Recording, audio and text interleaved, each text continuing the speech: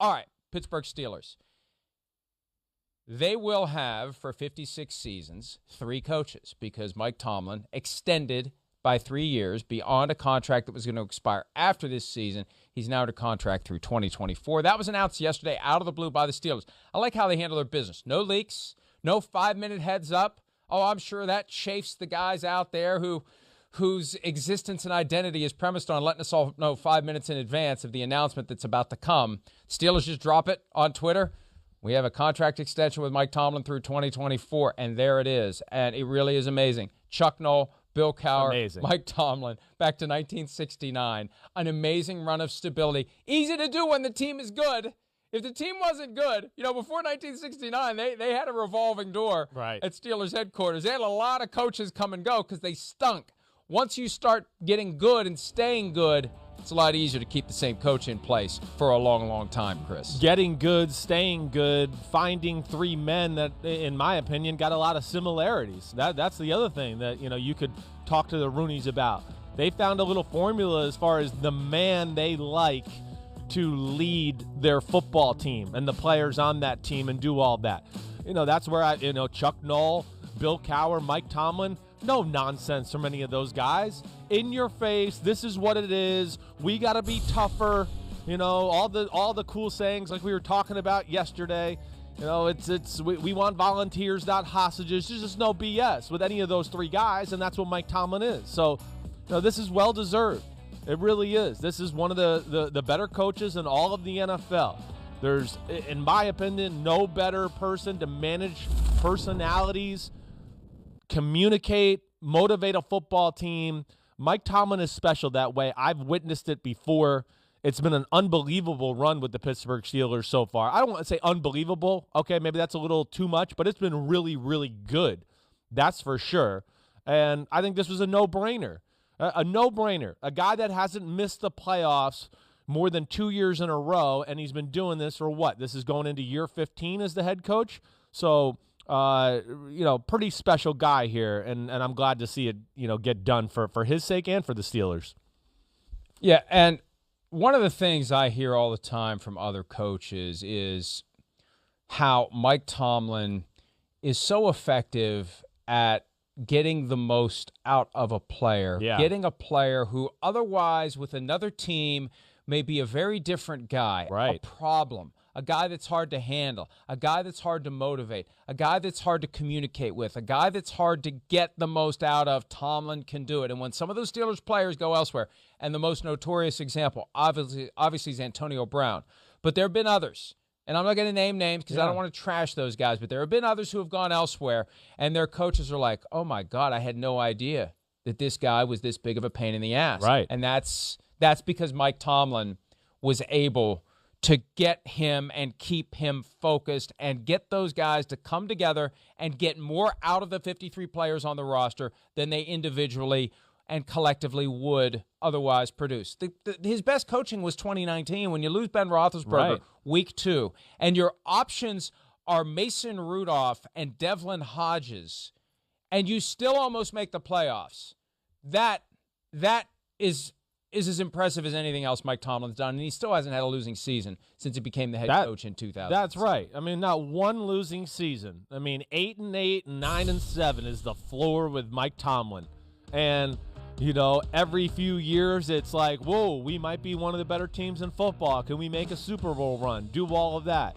He gives the organization great flexibility. I mean, not only is he a great leader and a coach and everything we've talked about that way, he is a great life teacher in a lot of ways. That's the one thing I always rubbed off on me, and just how to handle yourself, the energy you bring to the office every day. No excuses. Don't blame others. Blame yourself. Look in the mirror. That's Mike Tomlin. And then he gives the front office the flexibility too because of what you just talked about. Oh, this guy's got a checkered history. It's a little bad. He's a little bit of a renegade. Who gives a crap? Mike Tomlin will get him in order. We don't really have to worry about that. He knows how to make it happen. So they don't have to nitpick about guys sometimes and their background and their personality, because they know Mike Tomlin has got the players in the locker room, in the right way, and that they'll, take care of this new guy who might have, one or two issues in his background, and they'll make it work. And that's to me what is really special about Mike Tomlin, let alone, like something you've talked about a lot before, Mike. I mean, the Steelers are relevant every year, even the years where they're bad, which is 8-8, they're still like, damn, they're good. Whoa, they're a pain in the butt. Oh, they had a few heartbreaking losses, and that's how they missed out on the playoffs, right? I mean, there's a lot of that. We saw them a few years ago not make the playoffs, and, they got hot at the end of the year, right? And they were playing with the best teams in football, beating New England when they came into town, do all of that. So his teams always answer the bell, and they always play tough and physical. And I think that's the thing that the Rooney family and the Pittsburgh fans should always get behind with Mike Tomlin, and he's not going to BS you. You're always going to know where you stand with him. The problem for Tomlin and the Steelers is that the standard is so high. Right. Whenever they hit a rough patch, you will hear from the Steelers fans that want to get rid of Mike Tomlin. I have a good friend who that's up. Oh God, when are they going to get rid of Tomlin? It's like, do you really want to see what it's like post Tomlin, and do you want to see what whoever immediately hires Mike Tomlin becomes? Because, every once in a while you'll see a guy get fired and land on his feet immediately somewhere else. Adam Gase, fired by the Dolphins, landed with the Jets. Eric Mangini, when he got fired by the Jets, landed with the Browns. Look, Tomlin would not be out of the building before his phone would be ringing. Definitely. With an owner on the other line. I could picture it if it ever happens. You fill up your box and you're making the walk to the parking lot and the phone starts ringing and it's insert name of owner who happens to be looking for a coach, or maybe isn't looking for a coach currently, but now that Mike Tomlin's available, that owner will be looking for a coach. That's what would happen, folks. And look, Chris, a few years ago, and I think it was in the aftermath of the Antonio Brown that year in the locker room when they beat the Chiefs, and he's broadcasting on Facebook. And the idea that Tomlin couldn't control his guys. People not realizing how well he is controlling them. And every once in a while, some of it leaks out. There were members of the limited partnership that were agitating Art Rooney to change owners, and Art Rooney, fortunately for Tomlin and the Steelers, doesn't pay attention to the limited partners, and that's one of the problems of being a limited partner. You really don't have a voice. I mean, you can try to exercise it, but they're not going to listen to you. And again, fortunately for the Steelers, they haven't listened. And I think that Mike Tomlin has gone a long way to covering up some of the flaws, talent-wise, 100%, on that team, because he gets them better than what they otherwise would be. Gets them better, is able to be creative and do different things that way. Like we've talked about too, they might lose games, but there's very rarely do you look at a game with the Steelers and go, man, they weren't physical. Man, they didn't play hard today. That almost never comes up. He embodies the Steelers, embodies them. I mean, just as far as what he stands for and what the Steelers have stood for ever since I've known them. And to your point about, I don't know. There seems to be, and maybe you could remember this. Maybe I was too young. Right? But I do feel like you do there, where when things get, whoa, we're going to go 9-7 and 8-8 with Mike Tomlin, it's a little bit like, hey, your butt's on the hot seat. And I just don't remember those conversations coming up quite as quickly with Bill Cowher and underwhelming years and things like that. I don't get that. And maybe I'm wrong. Maybe I was a little too young and, middle school, high school to remember exactly those years. But what do you want to say? Go ahead. Cowher had 3 straight non-playoff seasons. Right. And there was never a sense that he was in it. That's what I mean. That's what I thought. Okay, good. Right. But look, they didn't fire Chuck Noll. And I'm choosing my words here carefully. He's a Hall of Fame coach. He's one of the greats of all time. They didn't fire him, but they were ready to move on. They showed him the door a little. When he retired at 58, I believe. And it's amazing to me still that there wasn't a second act for Chuck Noll. But there was kind of a sense, and I've been in and around Pittsburgh my entire life, there was a sense that the game had started to pass him by, that the window had closed, that one for the thumb that they thought they were going to get in 1980, we're a decade plus removed from that quest to add to the 4 rings that they won in relatively short order in the 70s. There was a sense that whatever magic it was that he had captured in turning that team around was dissipating. Right. And if anything, they may have kept Chuck Noll longer than they should have. I remember in 1989, they got beat by the Browns 51-0 out of the gates. They somehow made it to the playoffs that year.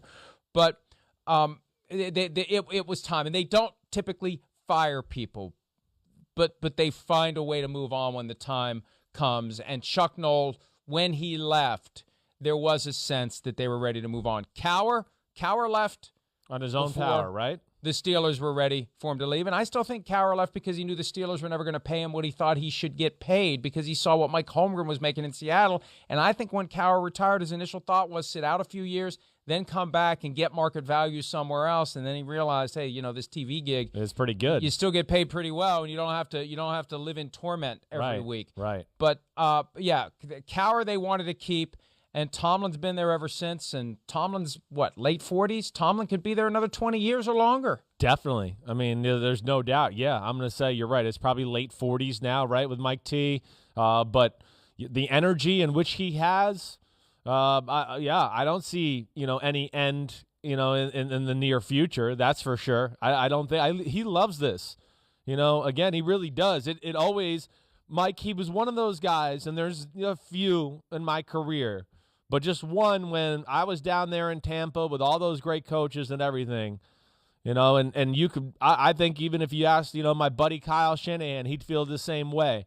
Whenever we looked at Mike Tomlin, we thought he's going to be a head coach. He's going to be a head coach. It's just a matter of when, where, and how recent or how quickly is it going to happen? Because he just had a way with the defensive players. I mean, the secondary guys, I'm telling you, he could have put little crumbs in his hand and been like, here you guys go. Come on, come and eat. And they would have been like, they'd have pecked at it, be like, okay, coach, I'll do it. Sure. He's just got a magical way about him that way, with players, coaches, everything. And it kind of radiates through the building. And I think that's why, I think it's a big reason why, that they don't really ever fall asleep at the wheel as a football team.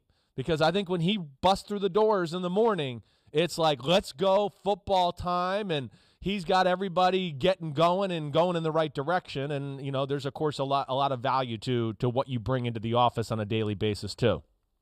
The Buccaneers of that era, when you were part of the team and really throughout the Gruden years, and I don't know who was setting this policy, they were notorious for not allowing position coaches to go elsewhere to become coordinators. Right. It affected Rod Marinelli. It affected Mike Tomlin. When Tomlin finally had his contract expire and was able to leave to become a defensive coordinator, it took 1 year. 1 year. Before people figured out this guy should be a head coach. And I can remember in 2006 when Brad Childress was the head coach of the Vikings and Mike Tomlin was the defensive coordinator. I remember thinking a few times that year, should we make Mike Tomlin backward? Yeah, right. They may have gotten this backward, folks. And then after Tomlin left, I had that thought a lot more often about Brad Childress. Sorry, Brad, didn't mean to throw you under the bus today. But, hey, good coaches get praised and bad coaches or mediocre coaches don't. But Tomlin has been great. Tomlin went into Pittsburgh. And remember, he was a master of the 4-3, the Tampa 2. What did he do? Yeah. Wait a minute. Adjusted. We got this 3-4 defense. I'm not going to change what works. I'm going to take what we have, and I'm going to make the most out of it. And 2 years later, they win the Super Bowl. If he'd have tried to change everything around and put in a 4-3, like plenty of coaches would have done, right? What did we see in Dallas this year? Yeah. You don't have the personnel. Right. It's a transition. It hurts you. He didn't do it, and he has a Super Bowl trophy to show for it. Mike, it's an amazing point by you, and it shows you, again, the leader and the guy, and that – his ego didn't get the best of him. He doesn't think he knows it all. He was able to go there and go, wait, this defense has been good since, Florio was a little kid in 1972. Like, what, I think he looked at it and realized, hey, the Blitzburg, some of these coaches are here.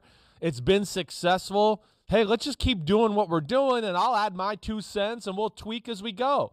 And that is special. You're right. I mean, really, I don't think there's many coaches that would have done that. And it's a defensive coach that goes there after Bill Cowher, probably would have tried to make his mark, and this is what we're going to do. He realized it's a strength of the organization. It's a strength of the scouting department to find big D linemen and linebackers and do that. So why not keep things rolling the way they are? And he adjusted instead of trying to make everybody else adjust. And, I mean, come on, just the way he started off his career, taking over for a legend like Bill Cowher, goes 10-6, gets to the playoffs, and like you said, the next year goes and wins the Super Bowl. I mean, that's not easy in itself, and like we've talked about, been really good ever since. And let's not forget the reality that he almost didn't get the job. Russ Grimm was getting that job. Yeah. One of the Pittsburgh newspapers, the Tribune-Review, reported that Grimm was getting the job, and it wasn't fake news. They were told that Grimm was getting the job. Right. However, the dominoes fell behind the scenes to change it from Grimm to Mike Tomlin. I think it's safe to say Russ Grimm would not have gotten an extension yesterday for 3 more years. I don't think it would have happened. He wouldn't have lasted that long. And that's the thing about the Steelers to remember. It's easy to have 3 coaches since 1969 when you're winning. As long as you're relevant, as long as you're better than not more often than not. Right. Every team would love to do it. Well, you've got to have a good enough team because eventually people aren't going to show up. If you stink year in and year out, eventually the waiting list in Pittsburgh for season tickets is going to dissipate. Eventually those yellow seats are going to be conspicuous because they're empty. That will happen. And when you look back through the history of the Steelers, they had a bunch of different coaches. They had 3 coaches from 1964 through 1968. Buddy Parker was fired after the 64 season. Mike Nixon lasted 1 year. He went 2-12. Bill Austin was there for 3 years. 3 coaches from 64 to 68. 3 coaches since 1968 when they hired Chuck Noll in 1969. If you're winning, you can do that. That's the key. If you stink, you can't do it. No, you exactly right. Exactly right. And here's the other thing I want to hit on. I know we probably got to go to a break here soon or something like that. But I always hear Mike Tomlin, they kind of always underachieve, there in Pittsburgh. You hear that a lot. And I'm going to go, why? What tells you that they should win the Super Bowl? Like, to you, when you hear that, does that ring true? For me, it does not. There's 1 year I can look at where I went, Pittsburgh should have been better or gone deeper into the playoffs.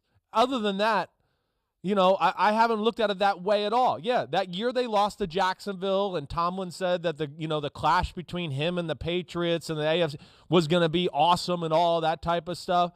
That's the only year I really remember, at least, where I went, they were a Super Bowl team. They might have been the best team in football that year, and they kind of dropped the ball and fell asleep at the wheel in the divisional playoff game. But other than that, I think it's a BS narrative. I don't know. How do you feel about that?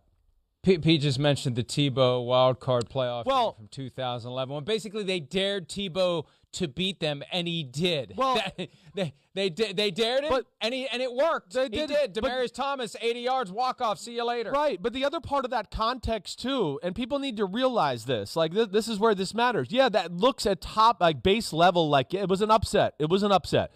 Steelers were 12-4 that year. The Broncos were really damn good. I mean, we know that. If they had a good quarterback, they were a Super Bowl team too. There's a reason they shipped him out the door right when the season's over.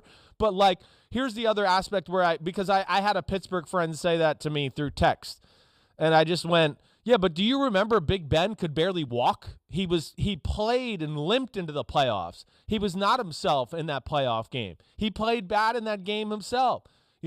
Tomlin's cool that way. He let his, big soldier captain of the offense go out there and play at 60, 70%. So that was a big part of why they lost that game too, just to defend that. But yeah, that would probably be the other loss people look at to go, they shouldn't have lost that.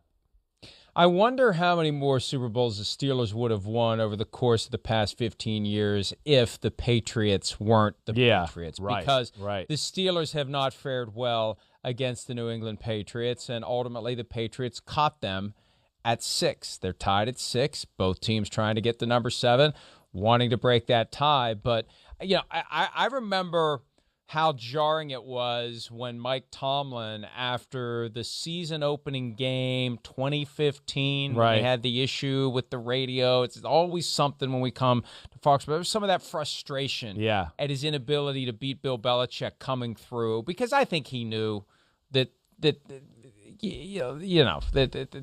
stuff happens, and it was raining that night, and there was a reasonable explanation for it. And we know the NFL not inclined to accept the reasonable explanations of the New England Patriots. So if they accepted that one, it must have been true. But I think that Belichick and the Patriots have been an Achilles heel, or Definitely. at least found the Achilles heel for the Pittsburgh Steelers, because maybe they would have 7 or 8 if they didn't have to deal with the Patriots over the course of the last decade. I think it's fair. I mean, I do, yeah. I mean, I look at it that way. You know, let alone, let's not forget this aspect too, okay? To me, this is a big aspect that sometimes gets looked over. The dude has coached in the AFC North. The AFC North, which, I mean, other than the Patriots, the 2 best teams in the conference are right there having to play each other twice a year. The only 2 teams that really have consistently at least tried to challenge the Patriots and not be bullied by them. And, yeah, I mean, it hasn't worked out well for both of them all the time, but at least those 2 have been there to go, let's get in the ring, New England, and do that. But, hey, I mean, he's had to deal with that division, the Ravens, you know, with Ray Lewis still in his prime early on, all of that stuff. Cincinnati, of course, with Marvin Lewis, was very talented, really good for those years. I mean, he had a number of years here where we were going above 500, and there was 3 teams in the playoffs from that division, like, every year. I think that says something, too. You know, he didn't get some cupcake, easy division where he always knew he was going to be the king. That's a harder road than what New England had to deal with the underwhelming AFC East, as we know, too. But, yeah, the Patriots have had their number. There's no doubt. I mean, who haven't the Patriots had the number of?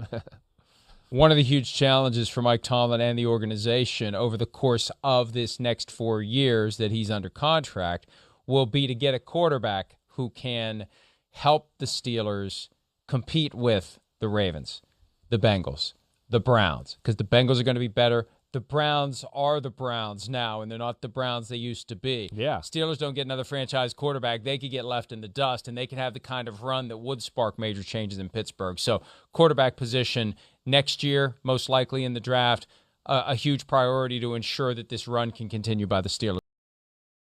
Hi, I'm Mike Tirico, and thanks for watching. Make sure to hit subscribe for the latest news and highlights from NBC Sports.